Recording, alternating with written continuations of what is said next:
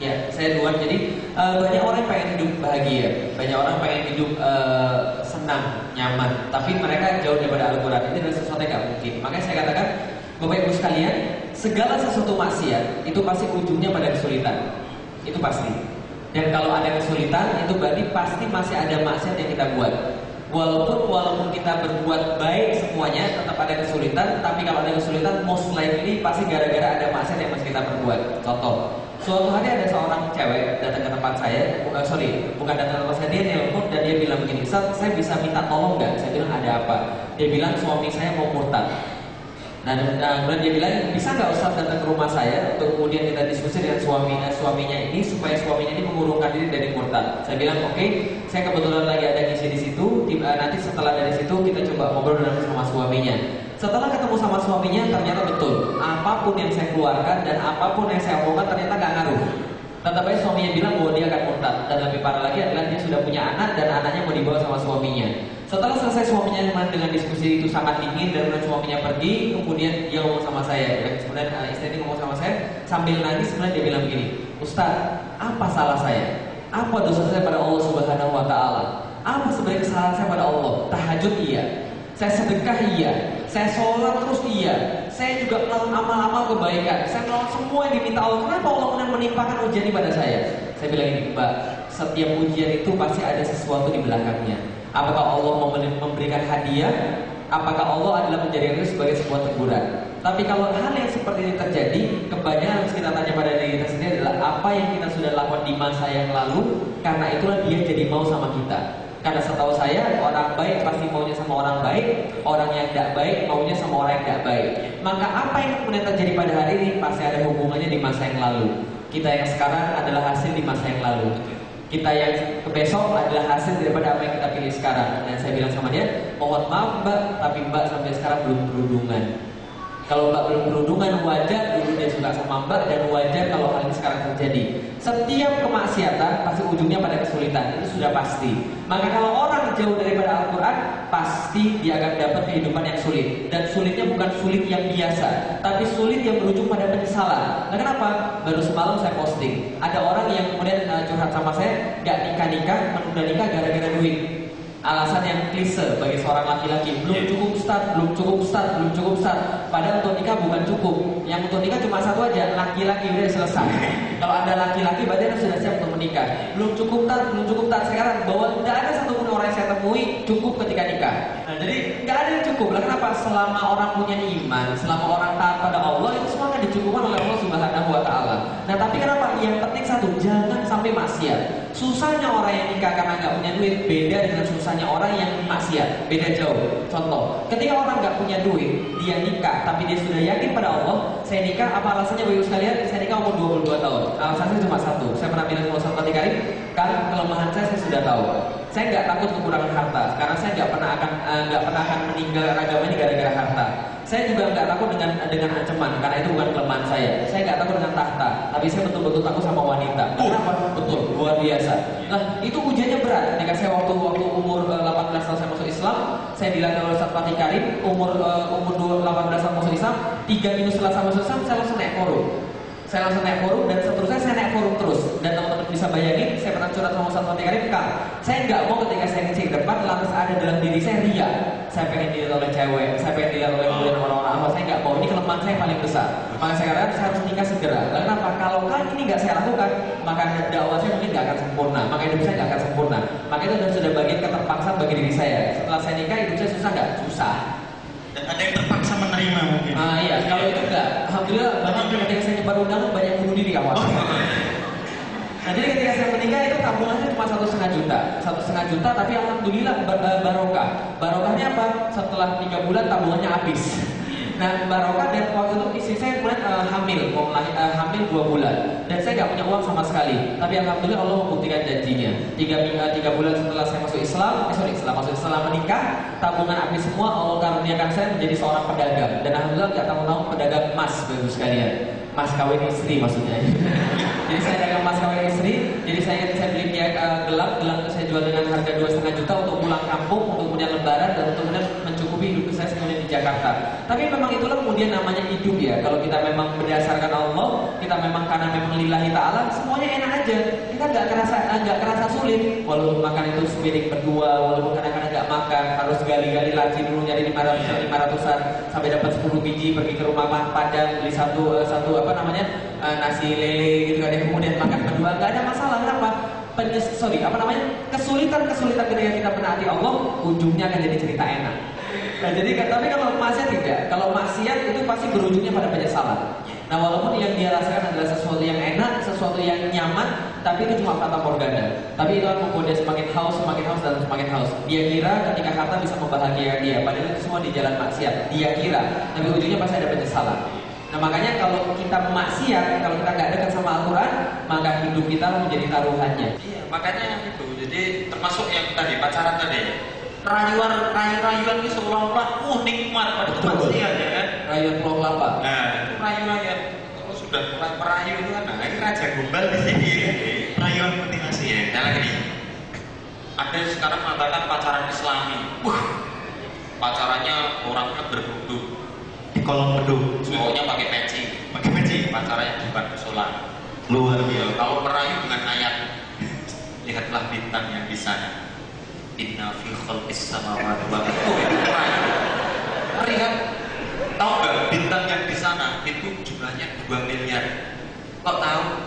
Ya tahu, tapi sekarang bilang 2. Di mana? Tuh di mata. Ini keren kan? Pacar ada lagi? Ada. Pacarannya diawali dengan basmalah. Mari kita awali pacaran kita dengan bacaan basmalah. Dan kemudian diakhiri dengan hamdalah. Dan para majelis. Ngeri sekali kan? Rayuannya juga ngeri.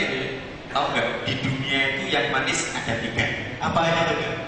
Yang pertama madu. Nah, yang kedua gula. Yang ketiga tahu nggak? Apa tuh? Yang ketiga tepung. Kita ke Ustaz Fasih Karim. Tentang tadi pertanyaan nanti saya lupa jadi pertanyaan. Quran semakin jauh. Tadi maksiat berujung kepada kesengsaraan. Menjadi Quran berarti mendekati kesengsaraan. Iya, jadi Allah Subhanahu wa Ta'ala sebenarnya memberikan dalam diri manusia itu ada sekeping darah, segumpal darah yang jika itu baik maka baik. Kulub. Kulub di sini dalam bahasa Arab maknanya musifal. Jadi banyak makna, bisa bermakna akal, bisa bermakna kulub hati. Saya kasih contoh ya. Dia telepon, dia tanya apa coba? Mau dipanggil Abi, mau dipanggil ayah, bapak, atau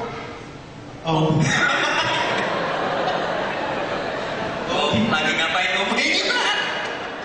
Malah aneh ini. Istri saya telepon, saya masih ingat banget saya di Kuala Lumpur, kemudian saya bilang, "Loh, maksudnya gimana?" Iya, bilang aja, sebut aja, mau dipanggil apa? Maksudnya? Iya udah, bilang aja mau dipanggil apa? Abi. Positif barusan dari tes. Kesehatan pasti mendatangkan kebahagiaan, itu pasti. Ya. Makanya kenapa kemudian orang download yang porno-porno sembunyi-sembunyi, betul nggak?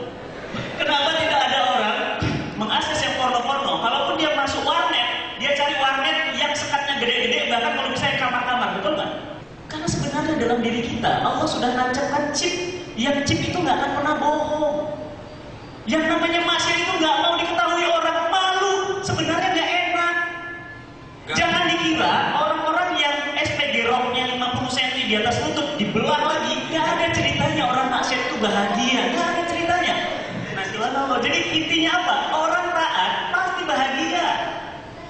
Pasti bahagia. Maka kenapa kemudian ketika setelah kita sholat kita bahagia, kita berbuka kita bahagia, ketika istri kita hamil, bahkan sekarang Ustaz Farid jauh lebih bahagia dari saya. Saya baru 1 anaknya, dia udah 4. Bahagianya luar biasa. Nah itu contoh. Jadi artinya apa? Bagaimana pertanyaannya kita mau bahagia kalau kita nggak dekat dengan Quran? Nih, data Susenas tahun 2013, 53% kaum muslimin tidak bisa baca Quran. Ya Allah, Robi, silahkan cek sendiri Susenas. Kemarin kita ketemu wali kota Banda Aceh, Bunda Iniza, ketemu langsung, Ustaz tolong bantu kami di Aceh itu mahasiswa Unsiah Siak Kuala, hanya yang bisa baca Quran cuma 12%. Ustaz, itu betul datanya? Ini wali kotanya yang ngomong. Kalau nggak bisa baca Quran, bagaimana mau bahagia?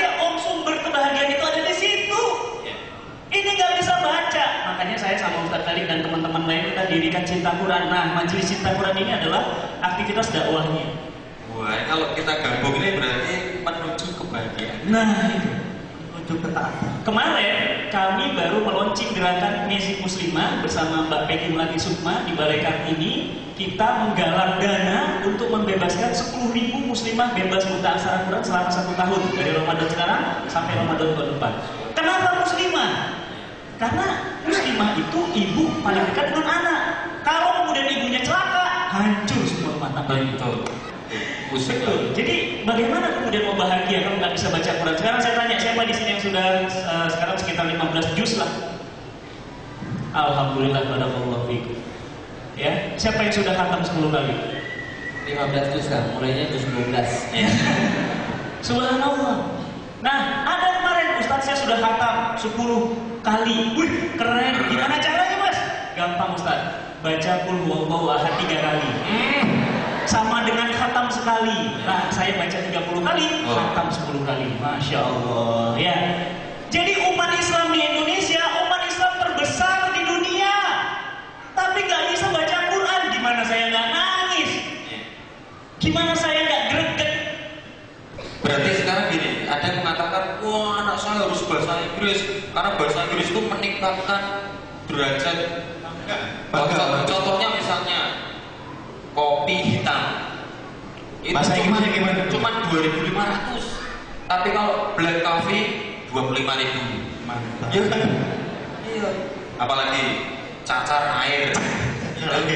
Apa itu? Butter skin gitu ya. Katanya kalau bahasa Inggris itu tambah keren, ternyata enggak juga ya. Ternyata justru yang bikin kita keren, bahagia itu justru bahasa Al-Quran. Saya pernah satu saat diimami oleh Ustaz Khalid. Lama sekali saya merindukan diimami oleh beliau. Subhanallah, hafalan Quran surat Ar-Rahmannya top. Saya jadi makmumnya. Saya bilang, ya Allah, dulu saya mengimami dia. Sekarang saya jadi makmumnya. Bacaannya luar biasa. Subhanallah.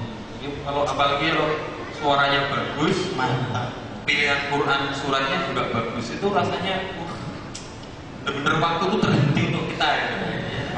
Tapi kalau sholat kok bacanya cepat gitu ya, itu juga nggak enak kayak orang ngobrol. Bismillahirrahmanirrahim, alhamdulillah, ar-rahmanirrahim, maliki yaumiddin. Itu kayak orang ngobrol. Terakhir, waladhdallin, jawabannya bilang, yo amin lah.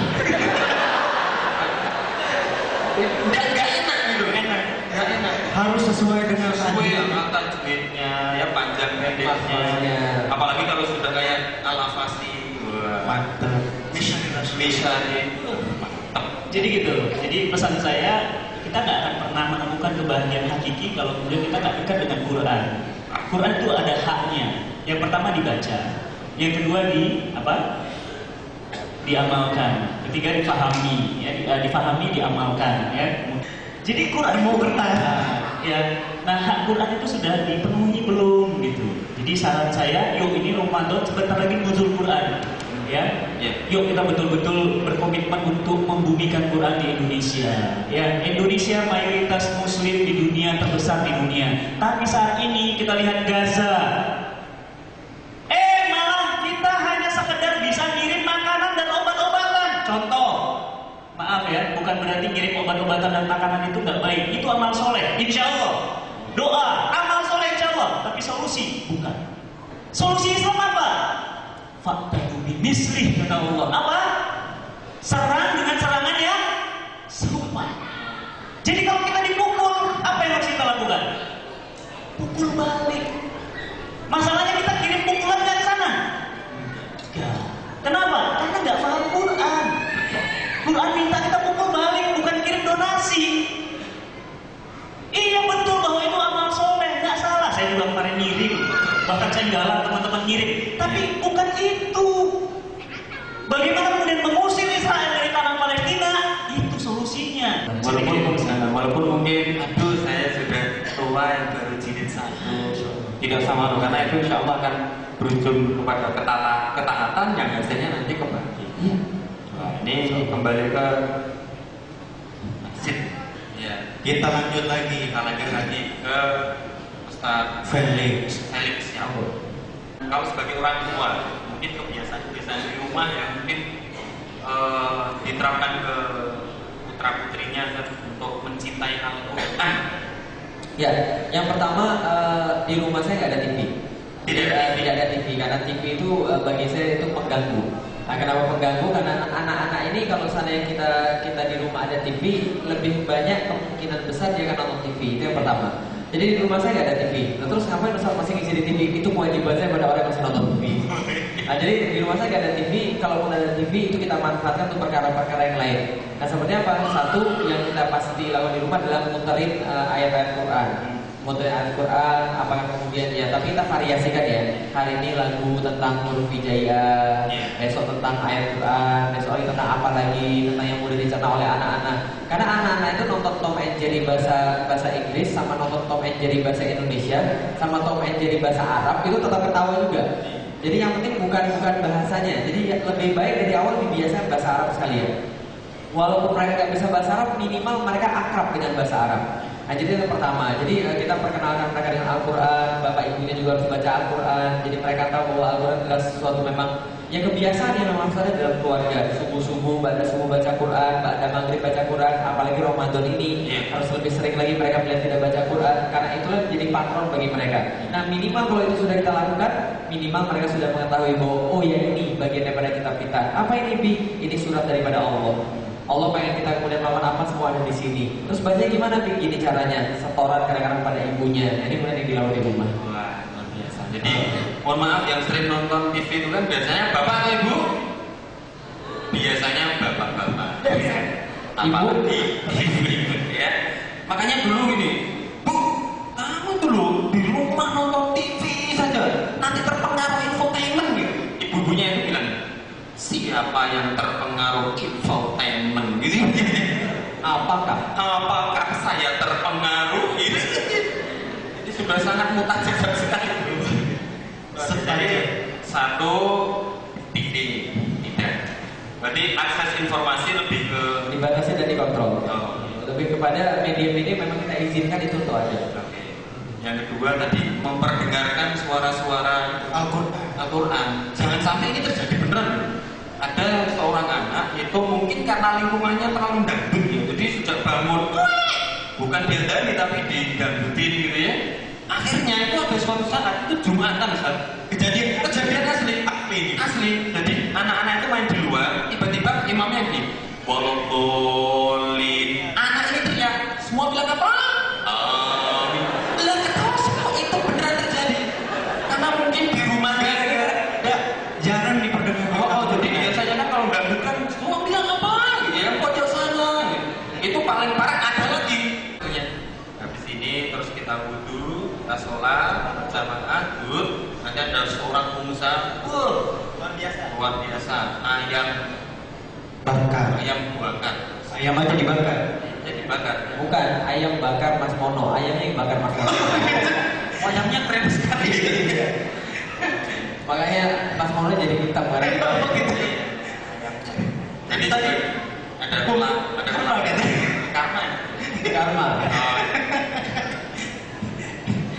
Baik, ini closing statement. Close itu tutup, itu kalau dalam bahasa di jalan pasar, di pasar. Berarti closing ditutup. Closing ya. Ini closing statement ya. Sebelum ini pesan-pesan terakhir ya, sebelum beliau berdua meninggalkan tempat ini ya. Monggo Pak Fatihah. Betul kan? Iya, saudara-saudara yang dirahmati Allah, sadari dengan sepenuh jiwa, sepenuhnya jiwa bahwa kita ini pasti akan kembali kepada Allah Subhanahu wa Ta'ala. Dan dunia dengan segala macam keindahannya kita hanya merasakan setitik saja dibandingkan lautan nikmatnya kasih sayang akhiratnya Allah Subhanahu wa Ta'ala. Pertanyaannya adalah, mau kita apakan dunia ini dan mau kemana kita akan pulang nanti tergantung keputusan-keputusan kita di sini. Keputusan kita akan menentukan nasib kita di sana. Keputusan kita untuk takwa, maka nasib kita berbeda dengan keputusan kita maksiat di jalan Allah. Ini yang pertama. Yang kedua, pesan saya pada diri saya dan kita semua, mudah-mudahan bukan pesan terakhir. Ya, kalaupun pesantren saya mohon maaf lahir batin. Al-Quran itu sempurna. Al-Quran mengatur ekonomi. Yuk ngaji sistem ekonomi Islam. Al-Quran mengatur sistem politik pemerintahan. Yuk belajar sistem politik pemerintahan dalam Islam. Al-Quran mengatur sistem pergaulan. Yuk belajar lagi sistem pergaulan. Yuk, intinya yuk ngaji, mempelajari Islam dari akar sampai daunnya, dan kemudian mengamalkannya, menjadikan hidup kita berkah. Allah pun katakan, walau ahlul qura amanu wa taqau la fatahna 'alaihim barokah minasyama'i wal ardh walakin kadzabu fa akhadnahum bima kanu yaksibun. Akan tetapi mereka mendustakan ayat-ayat kami siksa mereka diakibatkan perbuatan tangan mereka sendiri. Oleh karena itu, yuk kita belajar lagi. Hari-hari masih ada, waktu masih ada. Sekarang ada teknologi canggih, kita bisa follow Twitter, kita bisa YouTube, kita bisa ikut kajian, belajar, mumpung ya, kita masih ada waktu yang diberikan oleh Allah Subhanahu wa Ta'ala. Karena nanti kita akan dimintai pertanggungjawaban atas apa-apa yang pernah kita lakukan di dunia. Dan itu pasti, seperti saya melihat antum pastinya, jelas banget. Ya, saya pikir itu saja. Allah. Ya, terima kasih. Saya pernah ditanya sama beberapa orang, kenapa sih Felixio ketika ngisi kajian dimanapun pakai baju batik, tidak pakai baju koko, tidak pakai baju jubah, dan tidak pakai peci, dan tidak pakai sorban. Saya katakan bahwa saya berusaha membuat bahwa dakwahnya adalah bagian dari kehidupan yang tidak terkhususkan pada satu hal dan kemudian berbeda pada hal yang lain. Saya berusaha untuk tidak menjadi Felix yang berbeda ketika di panggung ataupun di luar panggung. Saya berusaha untuk tidak menjadi Felix yang berbeda ketika pergi ke mall ataupun pergi ke masjid. Tidak. Tapi sebenarnya seorang muslim, dia menjadi kewajiban baginya untuk berdakwah. Maka dakwah bukan sebuah profesi. Maka saya mengimpikan adalah bagaimana ketika anak-anak muda ini semua, mereka mau untuk berkecimpung dalam bidang dakwah. Karena kenapa? Karena dakwah ini kan bukan hanya sebuah profesi daripada ustaz-ustaz, bukan hanya sebuah ladang yang digarap oleh orang-orang yang sudah tua. Adapun kalau kita merasa kurang ilmu, sampai kapanpun kita akan merasa kurang ilmu. Bahwa kurang ilmu adalah bagian daripada ilmu itu sendiri. Kalau justru Anda tidak pernah merasa kurang ilmu, ya berarti Anda benar-benar tidak berilmu. Maka ketika kita mengumpulkan ilmu, kita juga mengembangkan ilmu, kita juga mengikat ilmu, itu ada caranya. Kalau kita mengumpulkan ilmu, kita mendapatkan ilmu, ya dapat dengan membaca. Kalau membaca cukup untuk mendapatkan ilmu, untuk mengikat ilmu kita harus dengan menulis. Tapi untuk mengembangkan ilmu, kita harus dengan menyampaikan. Maka dengan menyampaikan adalah cara yang paling bagus untuk mengembangkan ilmu. Dan memang harus sabar. Mendapatkan ilmu yang harus sabar, membagi ilmu juga yang harus sabar, mengamalkan ilmu juga harus sabar. Nah karena itulah saya membayangkan Bapak Ibu sekalian, gimana kalau seandainya orang-orang yang 20-an tahun, yang kemudian 30-an tahun, artis-artis, kemudian pengusaha-pengusaha, semua ngomong tentang Islam, Masya Allah. Insya Allah Islamnya akan menjadi mainstream, akan menjadi gaya hidup yang gak akan bisa dihentikan. Nah kalau semuanya sudah seperti itu, Insya Allah Bapak Ibu sekalian, apapun yang kita bicarakan, apapun yang diniatkan oleh Rasulullah Muhammad SAW, walaupun beliau sudah tidak ada, tapi kita semua merindukan apa yang beliau katakan akan jadi nyata. Nah saat itulah syariat Islam Insya Allah akan ditegakkan. Dan Insya Allah saya secara pribadi, saya sangat merindukan itu. Nah makanya menjadi kemudian niat saya sampai dengan sekarang. Dan saya harapkan teman-teman sekalian bahwa muda bukan berarti kita nggak boleh menyampaikan Islam. Justru karena kita masih muda inilah kita harus menyampaikan Islam agar orang-orang tahu seperti apa orang-orang Muslim itu. Karena Rasulullah ketika berdakwah di Makkah 3 tahun beliau mengumpulkan para sahabat jumlahnya 44 orang, maka di antara 44 orang ini 85% di bawah 30 tahun. Ya, 85% di bawah 30 tahun. Tapi kalau itu yang sudah di atas 30 gimana? Tugasnya lebih berat lagi. Nah kenapa? Ini mengawal yang di bawah 30 tahun ini. Masya Allah, itu yang dilakukan oleh Hamzah bin Abdul Muthalib, yang dilakukan oleh kemudian pamannya Rasul sendiri dan sebagainya. Nah makanya mudah-mudahan ini jangan sampai kemudian kita tidak menjadikan dakwah ini sebagai lifestyle, gaya hidup. Lalu dengan cara apa kita bisa berdakwah? Banyak cara. Dengan membaca kita bisa berdakwah, dengan kemudian retweet saja kita sudah bisa berdakwah, nulis apa yang bisa kita tulis, apapun itu, yang penting kita dakwah bareng-bareng. Karena ini bukan hanya milik ustaz saja, karena ini ada kewajiban bersama-sama. Dan sekali lagi, ini bukan profesi. Maka kalaupun seandainya kita harus bayar untuk dakwah, insya Allah kita bayar untuk dakwah. Karena dakwah bukan profesi sekali lagi, dan mudah-mudahan kita semua bisa untuk beristiqomah dalam berdakwah. Dan karena Al-Quran adalah yang paling sempurna, saya masih ingat lagi satu kali lagi. Ini ada agak sedikit kasar, tapi mohon maaf, ini agak sedikit kasar, tapi Ustaz Fatihah pernah bilang pada saya begini, Lex, orang-orang yang gak muslim saja, mereka gak punya modal apa-apa aja, mereka berarti koar-koar. Kita ini punya Al-Quran yang sempurna, dan ada yang bisa mendatang semacamnya. Kalau gak berani, keterlaluan. Nah karena itu saya berani mendakwakan Islam, walaupun ilmu saya jauh daripada sempurna dan gak akan pernah sempurna. Wallahu a'lam bishawab. Terima kasih. Assalamualaikum warahmatullahi wabarakatuh. Waalaikumsalam.